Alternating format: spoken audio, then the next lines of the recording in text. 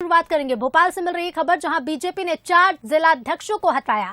झाबुआ, अलीराजपुर, सिंगरौली, शाहजहांपुर के जिलाध्यक्ष बदले गए हैं। तो बड़ी खबर आपको बता दें, झाबुआ से भानु भूरिया, अलीराजपुर से संतोष परवाल, सिंगरौली से राम सुमिरन और शाहजहांपुर से अशोक नायक को नियुक्त किया है। तो बीजेपी ने 4 जिलाध्यक्षों को हटा दिया है। झाबुआ, अलीराजपुर, सिंगरौली और शाहजहांपुर के जिलाध्यक्ष बदले गए हैं।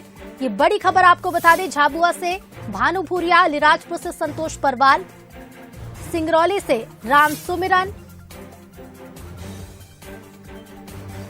और शाहजहांपुर से अशोक नायक को नियुक्त किया गया है। और इसी खबर पर हम और ज्यादा बातचीत करेंगे। हमारे साथ executive editor Manoj Saini ji live जुड़ गए हैं। मनोज जी, बीजेपी ने 4 जिलाध्यक्षों को बदला है। सिंगरौली, झाबुआ, अलीराजपुर और शाहजहांपुर में नई नियुक्तियां की गई हैं।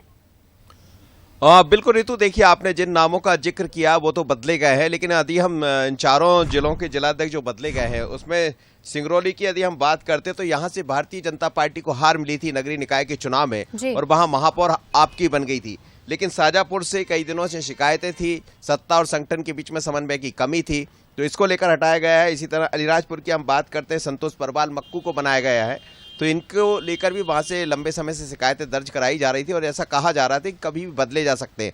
इसी यदि झाबुआ की बात करें तो भानु भूरिया को यहाँ चुनाव माफ करिएगा अध्यक्ष बनाया गया है। बड़ी बात यह है कि झाबुआ, अलीराजपुर ये सब वो क्षेत्र है जहां पैसा एक्ट को लेकर सत्ता और संगठन को आगे बढ़ना है, काम करना है, जनजाति को लेकर काम करना है, लेकिन उस तरह की पैठ दिखाई नहीं दे रही थी और शिकवा शिकायतें भी सामने आ रही थी। जैसा संगठन भी यहाँ दिखाई देता तो इस बीच में संगठन की बड़ी महत्वपूर्ण भूमिका हो जाती, इसलिए 2 नए युवा चेहरों को ये जिम्मेदारी दी गई है। लेकिन इसके अलावा हम बात करें तो अभी ये भी संभावना है कि 2-4 दिन में एक और सूची सामने होगी जिसमें 4-5 जिलाध्यक्ष और बदले जा सकते हैं। कुछ लोगों को इसमें से हटाया गया है, उसमें यह भी संभावना है कि जब 2023 के चुनाव होंगे तो एक चेहरा इसमें मुझे ऐसा नजर आता है जिनको हटाया गया है, हो सकता है कि उनको वहां से चुनाव मैदान में भी भारतीय जनता पार्टी उन पर दांव लगा सकती है, लेकिन कुछ और चेहरे बदले जाएंगे। पर बीजेपी 2023 की तरफ बढ़ चली है।